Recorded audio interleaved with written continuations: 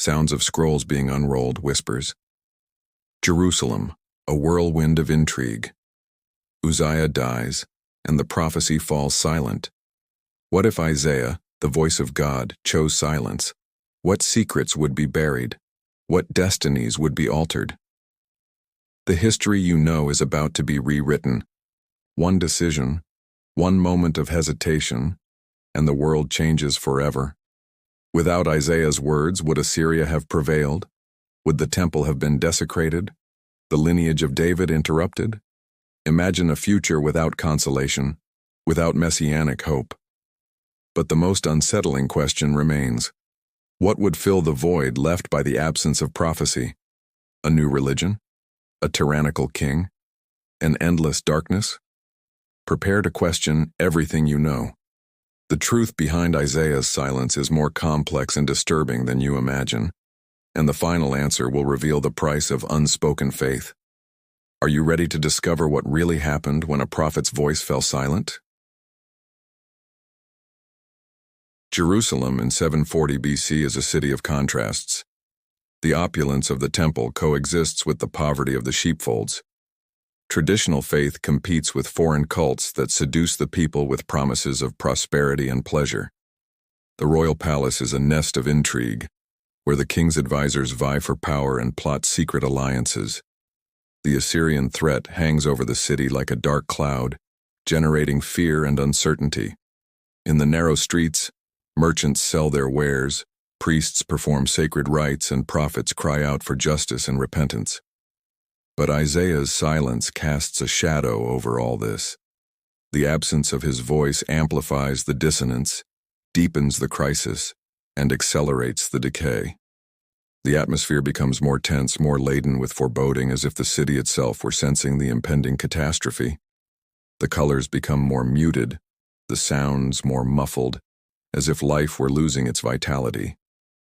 The first indication that something is terribly wrong emerges when King Ahaz ascends the throne. Without Isaiah's influence to guide him, he proves to be a weak and indecisive ruler, easily manipulated by corrupt nobles and foreign envoys. Ahaz begins to dismantle the religious reforms of his father, Uzziah, allowing the reintroduction of pagan cults in the temple and the proliferation of altars dedicated to foreign gods. Child sacrifices, once rare and secret, become more frequent and open, shocking the remaining prophets and the most devout faithful.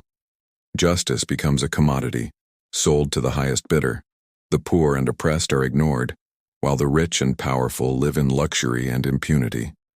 The kingdom of Judah begins to disintegrate from within, corroded by greed, idolatry, and injustice.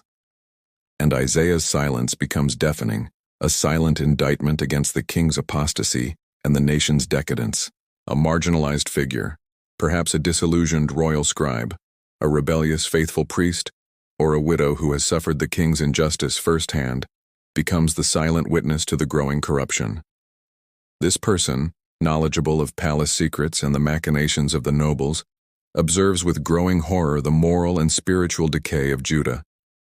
They remember the times when Isaiah denounced injustice and cried out for repentance, and deeply miss his prophetic voice.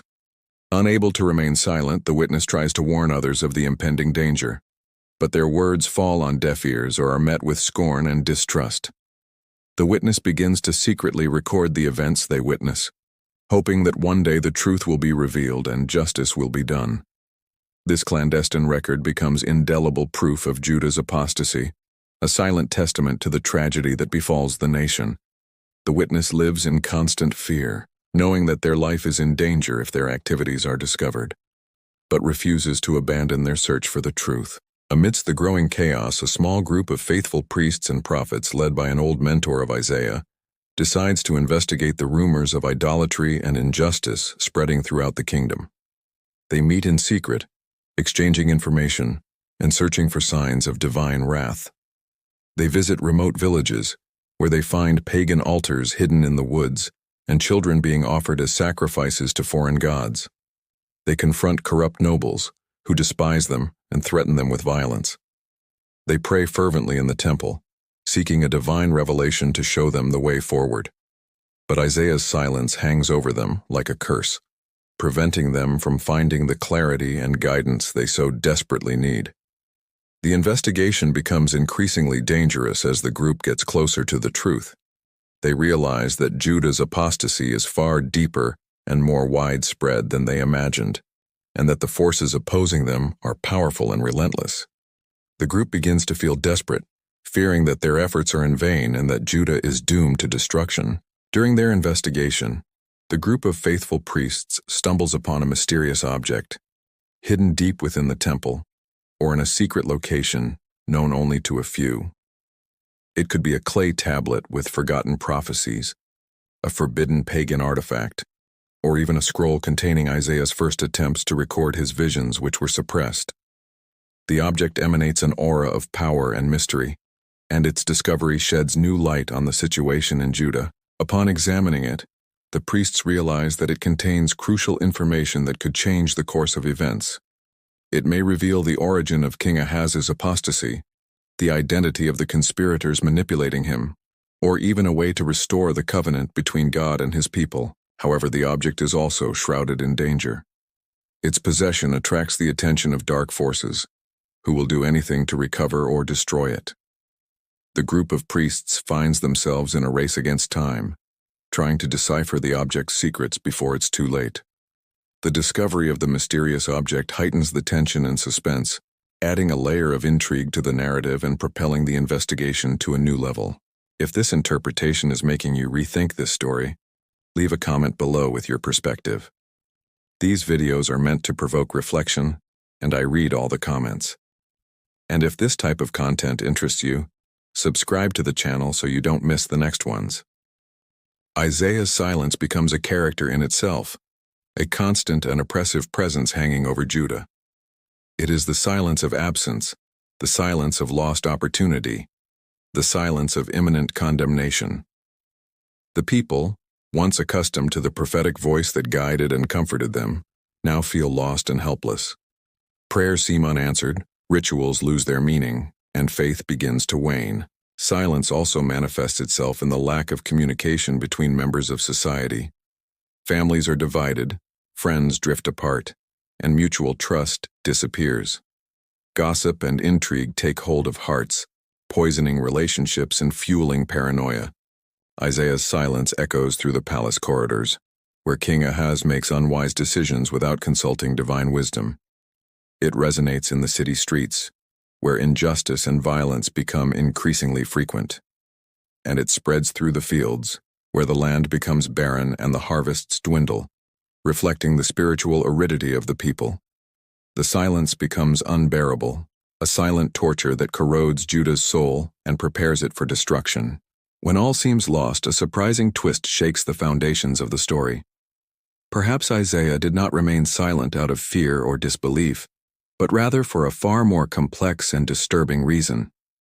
It turns out that he received a prophecy even more terrible than the fall of Judah, a vision of the distant future that reveals the suffering and death of the Messiah, the descendant of David who would bring salvation to the world. Terrified by this vision, Isaiah decides to silence his voice, hoping to avoid this cruel fate. He believes that if he does not proclaim the coming of the Messiah, he can prevent his death. However, his attitude has devastating consequences for Judah, which turns away from God and heads towards ruin. The plot twist sheds new light on Isaiah's character, revealing his vulnerable humanity and complex motivations. He is not only a prophet, but also a man tormented by doubt and fear, desperately trying to control the future. The plot twist forces the other characters to reevaluate their beliefs and question whether Isaiah's silence was an act of cowardice or a desperate sacrifice. As the situation in Judah deteriorates, a collective fear begins to grip the people. It is not merely the fear of Assyrian invasion or famine, but a deeper, more visceral fear, the fear of having been abandoned by God. Plagues intensify, diseases spread, and natural disasters become more frequent, as if nature itself were rebelling against the kingdom's apostasy. Dreams turn into nightmares, nights become sleepless, and hope vanishes from hearts. People begin to believe they are cursed, that all their actions are futile, and that the future is bleak and inevitable. Fear manifests itself in collective hysteria, acts of violence, and desperate rituals to appease divine wrath. Even the most devout begin to doubt their faith, questioning whether God still cares about the fate of Judah. Fear becomes contagious, spreading like an epidemic and eroding the social bonds that united the people. Collective fear becomes a destructive force that paralyzes action, prevents resistance, and leads Judah to the brink of the abyss. Amid the panic, a forbidden theory emerges, whispered in secret by some radical priests and prophets. Perhaps Isaiah's silence is not an act of cowardice, nor even an attempt to avoid the Messiah's suffering. Perhaps it is a divine punishment, imposed on Judah for its sins. This theory states that God regretted his covenant with David and decided to destroy the kingdom of Judah to purify the earth. Isaiah was supposedly chosen to be the herald of this destruction, but he refused to pronounce the sentence, preferring silence to participating in divine wrath. The forbidden theory spreads like a slow poison. If God silenced Isaiah as judgment, then there is no more appeal, no more postponement. Silence is not the absence of a response. It is the final answer. The faithful priests understood too late. The object found, the hidden scroll, was not a prophecy of restoration, but an interrupted record. Isaiah's last words, never spoken, were there, incomplete. Not because there was a lack of ink, but because there was a lack of courage. The text ends abruptly with the announcement of a kingdom that would be saved not by power, but by suffering. A king who would conquer by dying. A light that would emerge from absolute darkness. In trying to prevent this future, Isaiah made it inevitable. Judah falls. Not all at once, but gradually. First faith, then justice, finally the walls. Assyria advances, the temple is desecrated, and the lineage of David becomes merely a name repeated in lamentations. The people survive, but without promise. They live, but without hope. God does not speak. The heavens remain closed. Isaiah dies in anonymity, not as a martyr, nor as a hero. He dies as a man who tried to save the future by silencing the truth. His punishment was not death. It was living long enough to see that silence did not prevent the cross. It only removed consolation. Centuries later, when a man is born in Bethlehem, no one is expecting him. There is no living prophecy. There is no messianic expectation, only fear, domination, and darkness. And so, when he speaks, his words seem new, but they cost more. Because now, without Isaiah, no one recognizes the signs. And so the world learns the hardest lesson from this alternate history. When faith is silenced, suffering does not disappear. It loses its meaning. And the final question remains echoing in the void left by Isaiah. How many truths remain unsaid today, for fear of the price they demand? Silence is also a choice, and every choice writes history.